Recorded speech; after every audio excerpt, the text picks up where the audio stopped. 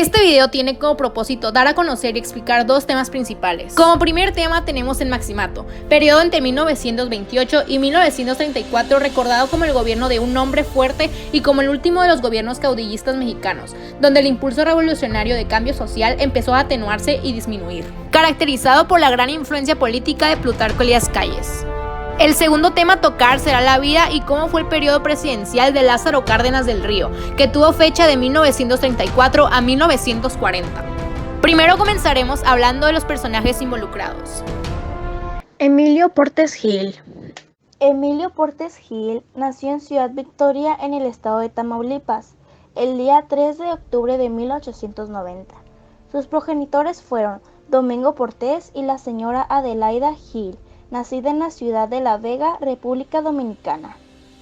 Vivían en la casa número 16 de la calle Matamoros. Emilio quedó huérfano de padre a la edad de 3 años y ante el desamparado económico en el que se encontraba su familia, fue su madre la encargada de mantenerlo y de modelarlo en su niñez. En 1922 contrajo matrimonio con Carmen García González y fue padre de 2 hijas, Rosalba y Carmen.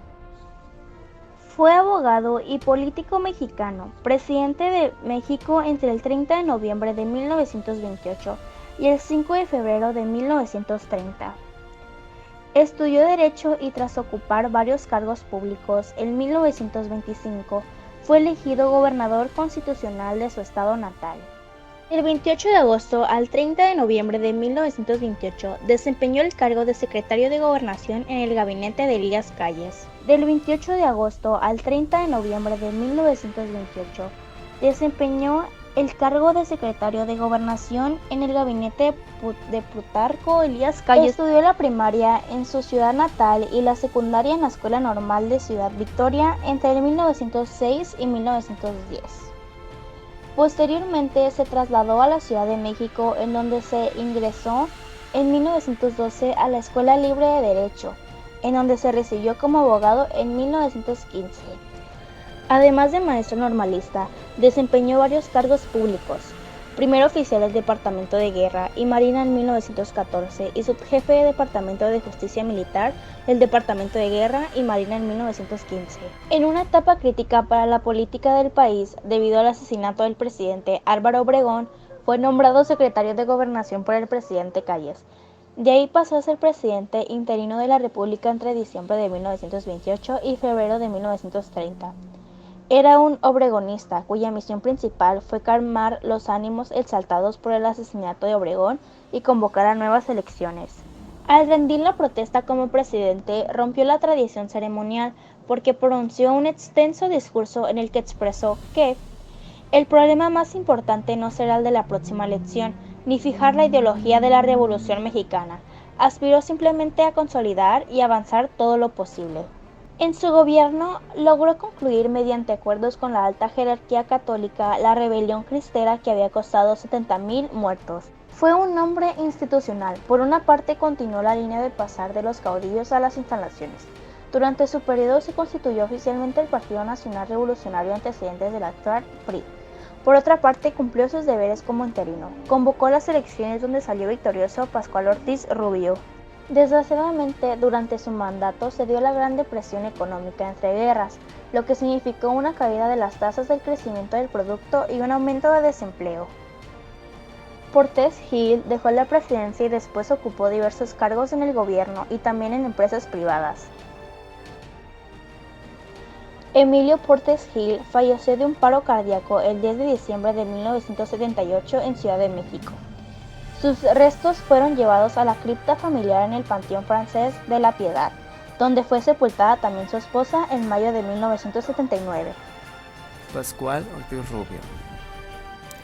Nace el 10 de marzo de 1877 en Morelia, Michoacán. Fue el segundo hijo del matrimonio de Leonor Rubio Cornelis y el licenciado Pascual Ortiz de Ayala y Huerta. Su padre, se distinguió entre los liberales moderados, ocupando puestos en la administración federal y estatal, como magistrado de la Suprema Corte de la Justicia de la Nación, regente del Colegio de San Nicolás, secretario de Gobierno, diputado local y senador. Estudia en el Colegio de San Nicolás en Morelia y se traslada a la Ciudad de México para cursar la carrera de ingeniero topógrafo e hidrógrafo. Viaja a Estados Unidos para hacerse cargo de la impresión de papel y moneda. Diputado del Congreso Constituyente en 1916. Renuncia por fricciones en el secretario de Relaciones Exteriores, Alberto J. Vive en España sin cargo alguno hasta que en 1925 representa a México ante Alemania y en 1926 ante Brasil. El 4 de marzo de 1929, durante la convención organizadora del Partido Nacional Revolucionario, Calles lo impone como el primer candidato presidencial del nuevo PNR. Su designación se califica como madruguete, porque se da por hecho de que Aaron Sáenz, obregonista, sería el elegido. Inicia su campaña el 26 de mayo de 1929 en el estado de Hidalgo. Sus competidores son José Vasconcelos, nominado por el partido antirreeleccionalista, que hacía campaña desde enero, el general Pedro Rodríguez Triana, por el Partido Comunista, y Gilberto Valenzuela y Antonio I. El 17 de noviembre se realizan las elecciones en las que sale triunfante Ortiz Rubio, con 1.947.848 votos, seguido de Vasconcelos del Partido Antirreeleccionalista y Democrático Nacional con el 5.32% de la votación total, y de Pedro Rodríguez Triana del Bloque de Agrupaciones Obreras y Campesinas, Partido Comunista. Pero las elecciones son calificadas por Vasconcelos como fraudulentas, terminando una conferencia dada por Ortiz Rubio. Al subir a su auto en Palacio Nacional, es agredido por Daniel Flores y recibe un disparo en la mandíbula sin consecuencias graves. Se realizan numerosas aprehensiones y cerca de un mes después se descubren más de 100 cadáveres de vasconcelistas en Topilejo, entre los que se encuentran los del general León Ibarra, del ingeniero Ricardo González Villa y de Roberto Cruz Sequera. El ingeniero Víctor E. Góngora, presidente del partido antirreeleccionalista en ese entonces, protesta porque varios de sus miembros hallados muertos fueron sacados del cuartel del 51 Regimiento al mando de Maximino Ávila Camacho. En sus memorias, Ortiz Rubio escribió: "El atentado se fraguó por gente de Calles, con la complicidad de Vito Alessio Robles, líder vasconcelista, y la complacencia de algunos callistas adictos a Portes Gil. Sin embargo, Ortiz Rubio forma su gabinete con callistas como Amro, Puig Casaubon y Luis León, así como con obregonistas de la talla de Portes Gil y Aaron Sáenz, que no le trajeron buenos resultados a su carrera. Esa situación de crisis se observa en el Congreso, en el gabinete y en el partido oficial. Para Lázaro Cárdenas, lo que ocurre es que Calles no alcanza a disciplinar al grupo que considera presidenciable, y que son los que hacen política debilitando al gobierno de Ortiz Rubio, e infunden temor en Calles de supuestas tradiciones. Así, al 14 de octubre de 1931, el presidente tiene que entregar la Secretaría de la Defensa al mismo Calles, y dejar al callismo los puestos en el gabinete que ocupan Almazán, Cárdenas y Zedillo. En este contexto, los logros de Ortiz Rubio son exiguos. El 26 de septiembre de 1930 hace pública la llamada Doctrina Estrada, que sustenta la tesis de no intervención y de autodeterminación de los pueblos. El 1 de mayo de 1931 establece relaciones con la República Española y México ingresa a la Liga de las Naciones el 2 de septiembre del mismo año. Ratifica la libertad de cultos, decreta la Ley Federal del Trabajo, divide la península de Baja California en 2 territorios, incorpora el territorio de Quintana Roo a Yucatán y Campeche, inaugura la carretera México-Laredo y amplía la red telefónica. Pero los efectos negativos de la crisis del capitalismo norteamericano en 1929 provocan en México la contracción económica, la devaluación de la moneda y el desempleo masivo. Reducen aún más las posibilidades de actuación del gobierno, de modo que en enero de 1932 Ortiz Rubio se ve obligado a solicitar el Congreso la suspensión de pagos de la deuda externa durante 2 años.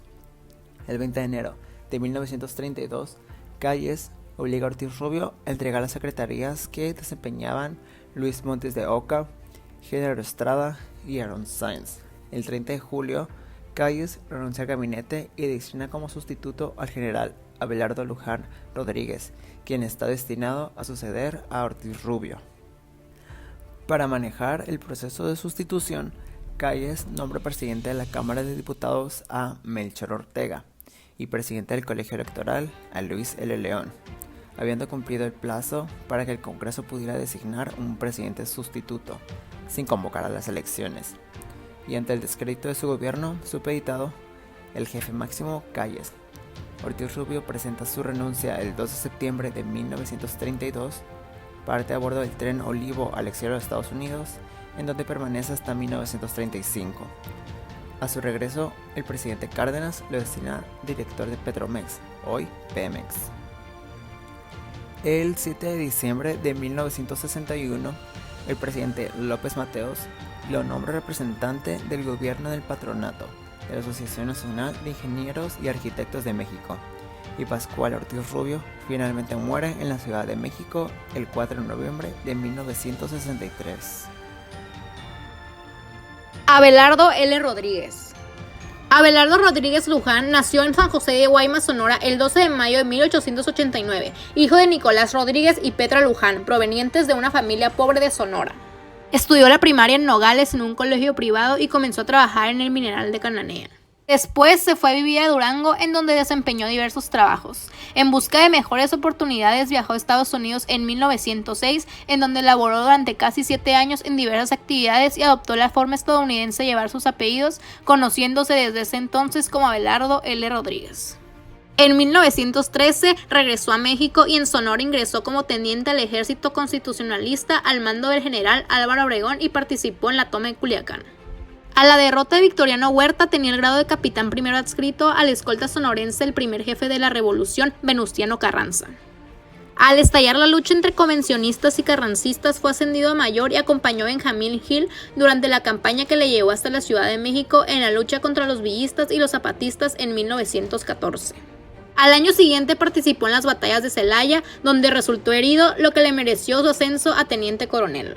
En 1920 se unió al Plan de Agua Prieta, que derrocó al presidente constitucional Venustiano Carranza, y el 21 de mayo del mismo año fue ascendido a general brigadier. Combatió en Sonora la rebelión de la Huertista y el 16 de octubre de 1923 fue nombrado comandante militar del territorio de Baja California Norte y el 2 de noviembre siguiente asumió el cargo de gobernador del mismo hasta 1929. Se casó en Mexicali en 1924 con Aída Sullivan, con quien tuvo 3 hijos. Durante su gobierno se destacó por su gran interés en mejorar las condiciones de los braceros mexicanos, para quienes estableció el salario mínimo, así como la obligación de los patrones de utilizar mano de obra mexicana en un 50% por lo menos. Fomentó el sindicalismo e integró las juntas de conciliación para atender los conflictos obreros patronales y además protegió a la agricultura y a la industria. Prohibió la inmigración de chinos porque competían con la mano de obra mexicana y expulsó del país a los patrones chinos. También mostró preferencia por establecer la propiedad privada de la tierra. Fomentó la educación pública, trató de impulsar la construcción de aviones y el estudio de la aeronáutica. En materia de obras públicas construyó caminos y canales de irrigación. Sus cualidades de buen administrador le permitieron no recurrir al subsidio federal, que anualmente ascendía a casi $1.000.000. El general Calles comisionó a Rodríguez para estudiar nuevas técnicas industriales y de aviación, por lo que renunció a la gobernatura el 23 de diciembre de 1929 para viajar por varios países de Europa por un lapso de 7 meses. Al regresar a México, el general Plutarco Elías Calles lo designó como subsecretario de Guerra y Marina. El 21 de enero de 1932 fue designado secretario de Industria, Comercio y Trabajo. Al renunciar el presidente de la República, Pascual Ortiz Rubio, por decisión unánime del Congreso, Abelardo L. Rodríguez fue nombrado presidente sustituto el 3 de septiembre de 1932 para el periodo presidencial que concluía el 30 de noviembre de 1934. Al asumir la presidencia Abelardo L. Rodríguez, los efectos de la crisis económica norteamericana llegaban dolorosamente a México, e inclusive muchos trabajadores mexicanos radicados en Estados Unidos regresaban al país expulsados por el desempleo. Interno, la economía estaba en receso y la moneda perdía cada vez más su valor. Problemas sociales se agudizaban, el descontento popular crecía y los movimientos populares endurecían sus posiciones. Además, el país se encontraba profundamente dividido y, por si fuera poco, la guerra cristera todavía no se apagaba en algunos estados como Jalisco y Tabasco. En materia política, Abelardo L. Rodríguez decretó la reforma constitucional que propuso el PNR. Se estableció el principio de la no reelección inmediata en todos los cargos de elección popular: presidentes municipales, diputados locales, gobernadores, diputados federales y senadores. Asimismo, la reforma constitucional ratificó la no reelección absoluta del presidente de la República. Amplió a 3 y 6 años el periodo de los diputados y senadores respectivamente. También amplió el periodo presidencial de 4 a 6 años. En cuanto al conflicto con la Iglesia Católica, tuvo que enfrentar la encíclica Acerba Animi, la preocupación que nos embarga, del Papa Pío XI, en la que el Papa lamentaba la infidelidad de las autoridades civiles a los arreglos pacíficos de 1929 y exhortaba al pueblo a la oración, a la penitencia y a la prudencia. Además, los conflictos con la Iglesia Católica se agudizaron porque se implantó la educación sexual en los 2 últimos años de la primaria y en la secundaria. También se aprobaron las reformas al artículo 3 de la Constitución para establecer la educación socialista, lo cual tensó nuevamente la relación Iglesia Católica-Estado. En materia agraria, Rodríguez reformó la Constitución, creó el Departamento Agrario, promulgó la Ley de Crédito Agrícola y expidió el primer Código Agrario el 22 de marzo de 1934. Promovió que los ejidos fueran los individuos los dueños de la tierra y no las comunidades. Para enfrentar las demandas populares, el gobierno de Abelardo L. Rodríguez recurrió a la represión, pero al mismo tiempo creó el Departamento Autónomo del Trabajo para regular los conflictos obrero-patronales. El 5 de enero de 1934 decretó el salario mínimo, expidió la ley del servicio civil que amparó a los trabajadores del gobierno y aseguró su estabilidad en el empleo, y prometió el establecimiento de un seguro social para los trabajadores. Fundó la Nacional Financiera, creó el Organismo Estatal de Petróleos Mexicanos, Petromex, fundó el Banco Nacional Hipotecario Urbano y de Obras Públicas y las Juntas Federales de Mejores Materiales. Además, promovió la racionalización de la industria pesquera y la creación de la Compañía Aeronaves de México. En política exterior, negoció el pago de la deuda externa y sostuvo el principio de igualdad entre el hombre y la mujer en las conferencias internacionales. También promulgó la Ley del Servicio Exterior. A pesar de la crisis económica, realizó algunas obras públicas como el Palacio de Bellas Artes y el monumento a Álvaro Obregón, así como una presa en Aguascalientes y un mercado en el Distrito Federal que llevan su nombre. Entregó la presidencia al general Lázaro Cárdenas el 1 de diciembre de 1934. Después de ocupar la presidencia, presidió y fundó el Banco Mexicano, el Banco Mexicano de Occidente y Crédito Central Mexicano, así como numerosas empresas pesqueras e industriales en el norte de Baja California. El periodo de 1943 a 1947 ocupó la gobernatura de Sonora, donde realizó una importante labor educativa, creó la Universidad del Estado y dio un impulso a la educación superior. Se retiró del gobierno por problemas de salud y más tarde se convirtió en uno de los empresarios más prósperos de México.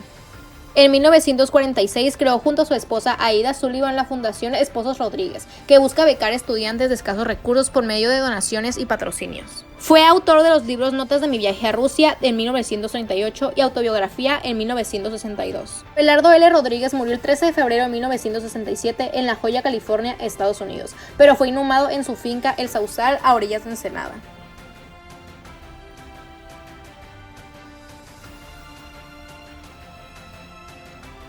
Ahora explicaremos cómo se dio el proceso del Maximato. Es conocido como el Maximato el periodo de la historia mexicana posterior a la Revolución y que sentó las bases para los 70 años seguidos del PRI y el origen de las instituciones nacionales. En 1970, la Revolución parece haber llegado a su fin. El general Obregón es un gran vencedor, el único caudillo vivo que quedó, ya que los demás fueron asesinados. Obregón asume la presidencia del país y se vuelve la figura principal de la revolución y de la política. Gobierna hasta 1924. Durante su periodo deja claro la necesidad de institucionalizar y pacificar al país para crear procesos burocráticos y legales que eviten los frecuentes golpes de Estado. Vuelven a México un país con instituciones nacionales encargadas de manejar todo con país propio del siglo XX. Al acabar su periodo, elige y postula como siguiente presidente a Plutarco Elías Calles. Calles era un maestro de una escuela de Sonora que decidió meterse al ejército durante la Revolución y ascendió rápidamente hasta volverse general y la mano derecha de Obregón. Este no era muy bueno para la estrategia militar, pero sí para la administración y la política. Calles se vuelve presidente y en su periodo se dedica a la institucionalización y reconstrucción de México. Entre las instalaciones más importantes fundadas están el Banco de México y diversas organizaciones obreras. Creó varias carreteras y reanudó y construyó relaciones diplomáticas con otros países que habían estado frenadas. En la mayoría de todas las instituciones creadas había un control claro de él y de una corrupción enorme, pero pues al menos ya había instituciones y una base ideal para el futuro pacífico. Calles pudo ser bien recordado, pero se metió con uno de los elementos más importantes de las personas, su espiritualidad y su religión. Decide prohibir y perseguir iglesias y templos, encarcelando y exhibiendo una gran cantidad de curas con el pretexto de que solo impedían el progreso, lo que en un país con una gran devoción e historia religiosa ocasionó el levantamiento armado, es decir, la conocida Guerra Cristera. Esto cubrió el periodo de Calles y llevó a un gran descontento. Todo esto funciona perfectamente para que Obregón dijera que necesitaban de él para la pacificación, y así es como logra que se apruebe la reelección en periodos alternos. Después de tanto tiempo luchando para la no reelección, durante los meses previos a poder regresar a la presidencia, Obregón pacificó al país matando a representantes cristeros y a sus principales opositores y competidores. Calles iba a permitir que Obregón se quedara con el puesto. A fin de cuentas, a Calles le convenía lo de las reelecciones alternas. Pero ya siendo electo, Álvaro Obregón, el 17 de junio de 1928, fue asesinado por un fanático religioso. Inmediatamente muchos sospecharon de Calles, pero no se pudo decir nada en contra de él, y para no verse mal tomando el poder, decidió poner de presidente a Emilio Portes Gil, un obregonista que ayudó a estabilizar el país y a darle la autonomía a la UNAM, de tranquilizar un poco al pueblo, de seguir con las instituciones y cooperar con Calles. Sin embargo, era un títere más. Durante ese tiempo, Calles trabaja en su imagen y resurge como un símbolo de la lucha revolucionaria y de los ideales obregonistas, terminando creando el Partido Nacional Revolucionario, o sea, el antiguo PRI, el PNR. Con la creación del partido, absorbió en él a todos los actores políticos del país, a los legisladores y futuros presidentes. Al tener el control del partido, tenía el control de toda la política mexicana, pasando a ser conocido como el jefe máximo, y de ahí viene el nombre de este periodo, el Maximato. En 1930, Calles decide poner al presidente a Pascual Ortiz Rubio. Pascual era un general que llevaba varios años como embajador en el extranjero, por lo que se encontraba un poco despegado de la vida política del país y sin relaciones de grupos de poder. Cuando Ortiz Rubio tomó protestas en 1930, alguien le disparó en la cara, pero pudo sobrevivir y recuperarse. Elías Calles era dueño de los generales, senadores, diputados y partido. El presidente era prácticamente un adorno. A quien en verdad se le tenía que pedir permiso para todo era Calles. Sin embargo, Ortiz Rubio pudo hacer múltiples negocios y relaciones con batistas. Rubio se cansó de ser una marioneta e intenta quitar los callistas de su gobierno, pero tras mucha tensión y peligro decidió ceder. Mientras tanto, Calles puso a Portes Gil en el partido, pero este empezó a ganar mucha popularidad y fuerza, con lo que Calles decide expulsarlo del país a tiempo. Tras un corto tiempo, Calles decide quitarle su apoyo a Ortiz Rubio, obligándolo a renunciar, y pone al presidente Belardo Rodríguez. Mientras tanto, Calles regresa al partido para reorganizar a sus fieles y buscar un futuro sucesor. Lázaro Cárdenas del Río, 1895-1970. Hijo de don Damaso Cárdenas Pinedo, de ocupación tendero, y de doña Felicitas del Río Amezcua, nació el 21 de mayo de 1895 en la calle de San Francisco, en el barrio de Puentecita de Jiquilpan de Juárez, Michoacán. En su tierra natal, cursó hasta el cuarto año de educación primaria, únicos estudios formales que realizó hasta los 11 años. Desde pequeño, ayudó a su abuelo, que había luchado contra los franceses, a cultivar, por lo que tuvo un contacto con los indígenas y los abusos de los terratenientes. En 1909 ingresó como meritorio en la mesa segunda de la Oficina de Rentas de Jiquilpan, donde empezó a desarrollar una caligrafía impecable. En 1911, con la muerte de su padre, asumió la responsabilidad de ser el jefe de su familia. Ese mismo año, trabajó en la Secretaría de la Prefectura y después laboró como tipógrafo en la imprenta La Económica, de don Donaciano Carreón, cuyas ideas liberales y revolucionarias influyeron en su formación política. Al estallar la revolución, don Donaciano vendió a los trabajadores de la imprenta, entre ellos al mismo Cárdenas, y se unió a los rebeldes. En 1913, Lázaro fue delatado a los federales huertistas por haber impreso un manifiesto revolucionario, y ante la posibilidad de ser aprehendido, se enlistó en las fuerzas revolucionarias como capitán segundo encargado de la correspondencia, fundamentalmente gracias a su caligrafía, bajo las órdenes del general zapatista y más tarde villista de Guillermo García Aragón y después en la columna de Martín Castrejón. Perseguido por los federales, se reintegró a la revolución en julio de 1914, bajo las órdenes del general Lucio Blanco, y ya con las fuerzas obregonistas presenció la rendición del ejército federal y al dividirse los caudillos revolucionarios combatió el zapatismo ese mismo año. Después se incorporó a las fuerzas del general José María Maytonera en Sonora, pero al llegar a Cananea y darse cuenta de que Maytonera se había unido a Villa, marchó a Agua Prieta para integrarse a las tropas del general Calles. Desde ahí, Cárdenas escribió en sus apuntes: en marzo de 1915, que me presenté al general Calles y durante la campaña que hicimos en aquel estado contra Maytonera de Villa, pude apreciar en él al hombre de carácter y firmes convicciones y puse entonces bajo su mando el entusiasmo de mis 20 años.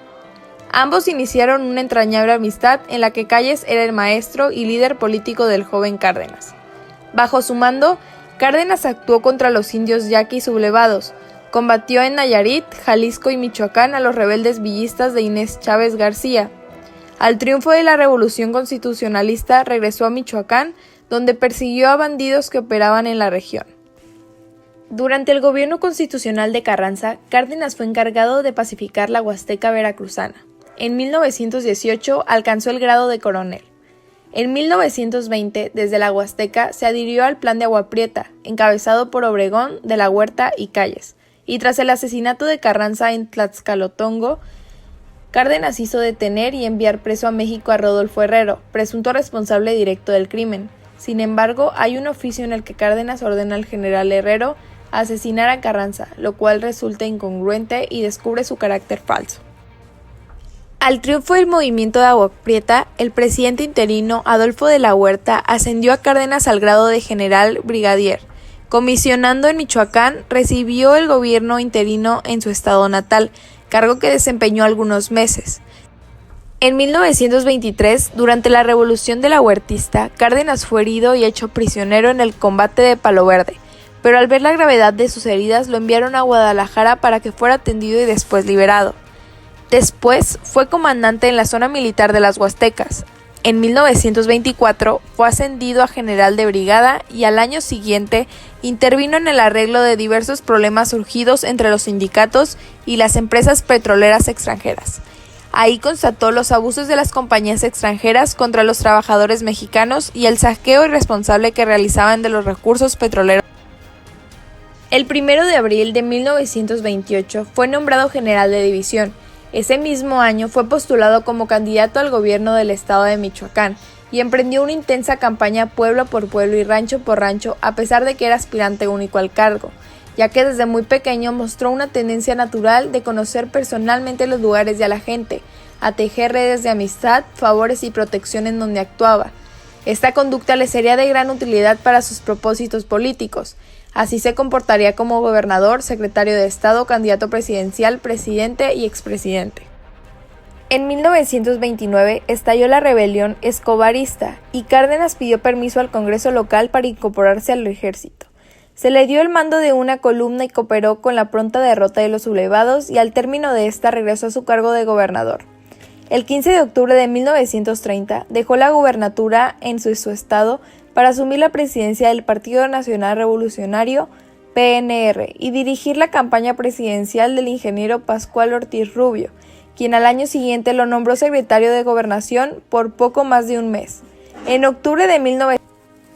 enero de 1933 fue nombrado secretario de Guerra y Marina en el gobierno de Abelardo L. Rodríguez, que mostró mayor independencia de Calles.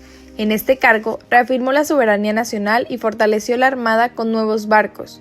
Y a finales del mismo año, el 6 de diciembre, el plan sexenal fue aprobado por la Asamblea del PNR, y el 7 de diciembre del mismo año, Cárdenas rindió protesta como candidato presidencial del mismo partido en Querétaro. 2 días después, inició en San Luis Potosí una exhaustiva campaña que llegó a los lugares más apartados nunca antes visitados por un candidato a la presidencia. Yo soy quien debe ir a ellos, ya que ellos no pueden venir a mí. Recorrió casi 27,000 kilómetros escuchando a la gente común, gobernadores, líderes locales y terratenientes, para atender sus problemas y obtener apoyo para las reformas que se proponía realizar. Su lema de campaña fue Trabajadores de México Unidos. Durante las 3 etapas de su campaña se imaginó y propuso posibles desarrollos regionales y se percató de diversos conflictos sociales causados por la ignorancia, la segregación, el fanatismo religioso y el abuso de poder. Y fue esbozando lo que sería su mandato en frases como «Haré un gobierno de amigos, no para los amigos, manos limpias de sangre y de codicia».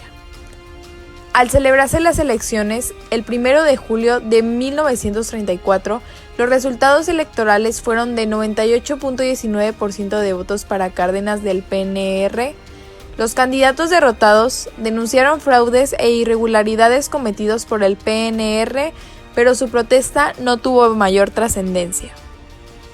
El 30 de noviembre de 1934, Cárdenas asumió el cargo de presidente de la República y antes de terminar ese mismo año reformó el Poder Judicial, suprimió la inmovilidad de los magistrados y estableció que duraran en el cargo solo 6 años. En lugar de vivir en el castillo de Chapultepec, que hizo museo, acondicionó el antiguo rancho de la Hormiga para convertir en la residencia presidencial de Los Pinos. Abrió las puertas del Palacio Nacional a campesinos y obreros e instaló un telégrafo para que cualquier ciudadano pudiera comunicarse con el presidente. Recorrió varias veces el país, usó la radio para informar de sus acciones, fue el primer presidente que leyó de pie y completó su informe de gobierno ante el Congreso de la Unión, y el primero también que dio el grito en Dolores, Guanajuato, el 15 de septiembre de 1940. Al asumir Cárdenas la presidencia, el general Calles se había erigido en el jefe máximo de la revolución, tras el asesinato de Obregón y la creación del PNR. Además, contaba con el apoyo del ejército, lo que le permitía ejercer gran influencia en la vida nacional, formar parte de los gabinetes presidenciales y ocupar cargos públicos a su antojo, por lo que Cárdenas tuvo que incluir en su primer gabinete a muchas personas por recomendaciones de Calles, entre ellos a su hijo Rodolfo Elías Calles. Para poder contrarrestar esta influencia y poner en práctica el plan sexenal, se dedicó a fortalecer a las organizaciones en masa que podían respaldar las acciones nacionalistas y revolucionarias gubernamentales. Su política sindical se dirigió a promover la organización de una central obrera única e impedir la formación de sindicatos blancos, a reafirmar el papel del Estado como árbitro regulador de la economía nacional y protector del proletario. En reacción de las medidas tomadas, Calles anunció su retiro de la política y viajó a los Estados Unidos. En diciembre de 1935 regresó al país. El conflicto había crecido. Corrieron rumores de una conspiración callistas contra Cárdenas. En las plazas de las principales ciudades se realizaron multitudinarias manifestaciones anticallistas y hasta el PNR expulsó de sus filas a Calles y a sus partidarios. Finalmente, el 10 de abril de 1936, Cárdenas expulsó a Calles del país por imperativo de salud pública, junto con Morones, Luis León, Melchor Ortega, y así liquidó su maximato. Para establecer un diálogo permanente entre los empresarios y el Estado, reestructuró los intereses privados mediante la reagrupación de las cámaras de comercio e industria en 2 organizaciones nacionales. Cárdenas no era enemigo de los empresarios, sino de los capitalistas, que se negaban a participar en la construcción del México moderno. Para promover la reconciliación nacional, el 5 de febrero de 1937, Cárdenas promulgó una ley de indulto para todos aquellos que tomaron parte de un movimiento de rebelión contra el gobierno, cancelándose, por lo tanto, todos los procesos pendientes, los que permitió el regreso de importantes militares y políticos exiliados. Cárdenas intentó multiplicar la participación estatal en la radio. Apoyó los experimentos de Guillermo González Camarera para desarrollar la televisión y el 25 de julio de 1937 creó La Hora Nacional con Alonso Sordo Noriega, con el fin de establecer comunicación con la sociedad y fortalecer la integración nacional a través del idioma, la cultura, las tradiciones y la creación artística. Mediante un manifiesto a la nación, el 18 de diciembre de 1937, Cárdenas convocó a la formación del Partido Nacional de los Trabajadores y Soldados, que integraría al ejército en un solo frente. Permitiría que los distintos gremios y el sector femenino tuvieran acceso a los cargos de representación popular y dirigencia del partido, y liberaría a la burocracia de su membresía y de sus cuotas obligatorias. El 30 de marzo de 1938 se creó el Partido de la Revolución Mexicana, PRM, para llegar por la vía pacífica a la democracia social. Cárdenas promovió la unificación de todas las organizaciones campesinas. La tarea le fue encomendada al PRM y el 28 de agosto de 1938 quedó constituida la Confederación Nacional Campesina CNC. Además, en ese mismo año de 1938, Cárdenas promovió una central autónoma para integrar a la burocracia nacional, la Federación de Sindicatos de Trabajadores al Servicio del Estado, FST-SE. Por otra parte, mejoró la paga, las condiciones de trabajo y el armamento del ejército, pero estableció el revelo periódico de los mandos para evitar feudos militares. Cárdenas pudo establecer un régimen político revolucionario, caracterizado por un Estado fuerte y activo en todas las esferas políticas, económicas, sociales y culturales, relativamente autónomo, capaz de representar el interés general. Este régimen sustentaría la estabilidad política de México hasta el fin del siglo XX. Así, Cárdenas obtuvo la fuerza para promulgar nuevas leyes y acciones, para llevar a la práctica al contenido nacionalista e intervencionista de la Constitución de 1919, ya que, para él, el Estado era la única institución capaz de velar por el bien común de los mexicanos. A partir de junio de 1935, Cárdenas y su nuevo secretario de Hacienda, Eduardo Suárez, adoptaron una política económica cuyo objetivo era el desarrollo económico nacional con distribución del ingreso y un sobregiro presupuestal creador para finalizar obras de infraestructura y otras actividades creadoras de empleo. Respecto a la educación, mediante la llamada educación socialista, Cárdenas promovió la formación de una conciencia nacionalista y progresista en la niñez mexicana, así como poner a la educación al lado de las clases trabajadoras. Además, fundó el Instituto Politécnico Nacional para diversificar la formación de cuadros técnicos requeridos por la industrialización y la obra pública, el Instituto Nacional de Antropología e Historia, la Escuela Nacional de Educación Física, el Concepto Técnico de Educación Agrícola, el Departamento de Asuntos Indígenas, el Departamento de Educación Obrera, las escuelas Artículo 123 y celebró el primer Congreso Indigenista Interamericano en Pátzcuaro. En materia agraria, Cárdenas decretó un código agrario que facilitó la expropiación de latifundios e incluyó a los peones acasillados de las haciendas. Asimismo, entregó armas a los campesinos para que se defendieran de los hacendados que se resistían a aceptar la afectación de sus tierras. Intensificó el reparto de tierras hasta llegar a una cifra de 18 millones de hectáreas entregadas a 1 millón de campesinos, a los que dotó de apoyos mediante la creación del Banco Nacional de Crédito Ejidal y el Banco Nacional de Crédito Rural. Por otra parte, la reforma agraria, al liberar la mano de obra de miles de campesinos, impulsó la industrialización, la migración interna y el crecimiento de las ciudades. En el campo laboral, Cárdenas apoyó las causas de los trabajadores. En junio de 1937 nacionalizó los ferrocarriles y los puso bajo la administración obrera. Muchas industrias se convirtieron en cooperativas. Luego de un largo conflicto obrero-patronal, decretó la expropiación de la industria petrolera el 18 de marzo de 1938. Se recuperó así para la nación uno de los recursos naturales más importantes, lo cual contó con un amplio respaldo popular y sustentaría el futuro desarrollo industrial del país. El conflicto motivó... Por otra parte, Cárdenas promulgó el Estatuto Jurídico de los Trabajadores al Servicio del Estado. Mediante el gasto público, Cárdenas también impulsó a los empresarios nacionales, apoyó la creación de industrias nuevas y necesarias, impuso medidas proteccionistas, creó Nacional Financiera y fundó el Banco de Comercio Exterior. Se les otorgó crédito y también se les construyó las obras de infraestructura indispensables para el desarrollo de sus actividades.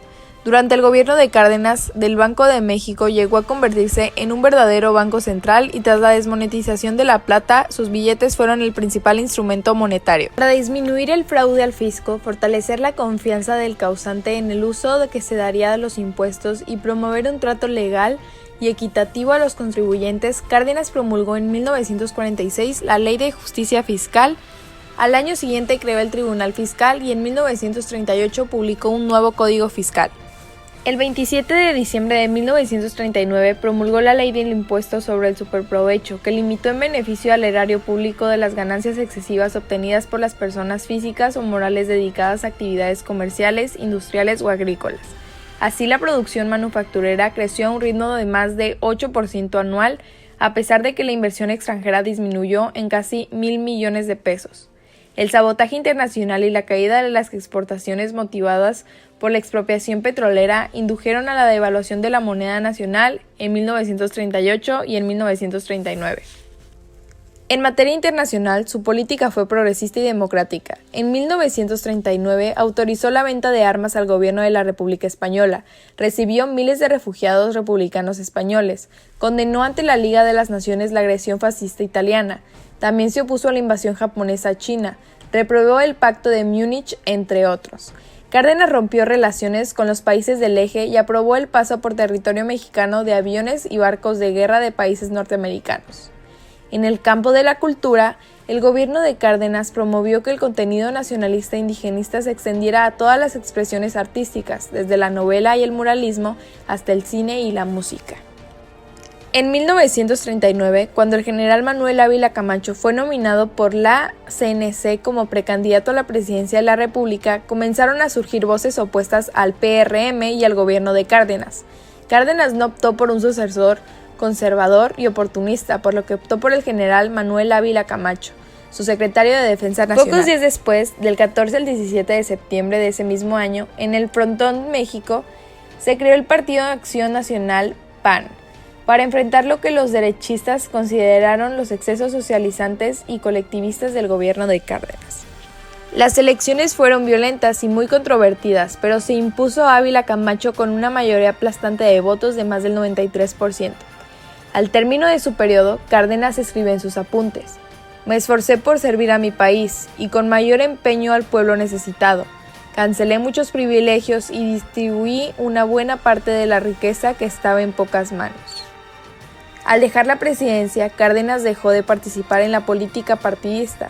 Sin embargo, cuando Miguel Alemán otorgó entre 1949 y 1951 5 contratos a empresas norteamericanas para explorar, perforar y rehabilitar pozos petroleros, Cárdenas manifestó su desacuerdo mediante los artículos publicados en el diario El Popular por Natalio Vázquez Payá. Luego del ataque japonés a Pearl Harbor, Cárdenas fue nombrado comandante de la Zona de Defensa Especial en el Pacífico Mexicano. Al entrar México como contendiente en la Segunda Guerra Mundial, el 22 de mayo de 1942, el presidente Ávila Camacho nombró a Cárdenas secretario de la Defensa Nacional, cargo que desempeñó hasta el 27 de agosto de 1945, una vez terminada la conflagración.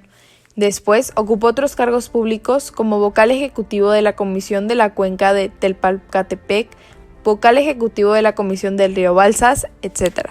Dentro de las actividades internacionales que desempeñó, formó parte del Tribunal Internacional organizado por Bertrand Russell contra la intervención norteamericana en Vietnam. Su interés en la defensa de los campesinos siempre incomodó al Partido Acción Nacional, PAN, ya que reclamaba a los panistas su carácter de políticos empresarios porque no se puede ser dos cosas, servidor público y empresario, porque ello es especular contra el pueblo. Finalmente, Lázaro Cárdenas del Río enfermó de cáncer, murió en la Ciudad de México el 19 de octubre de 1970. Poco antes de su muerte, escribió un mensaje a los revolucionarios de México, con motivo del aniversario del inicio de la Revolución Mexicana. Es necesario, a mi juicio, completar la no reelección en los cargos de elección popular con la efectividad del sufragio, pues la ausencia relativa de este postulado mina los saludables afectos del otro. Además, debilita en su base el proceso democrático, propicia continuismos de grupo, engendra privilegios, desmoraliza a la ciudadanía y anquilosa la vida de los partidos. Sus restos descansan en el Monumento a la Revolución, mismo que mandó construir sobre la vieja estructura el Porfiriato para edificar el Palacio Legislativo.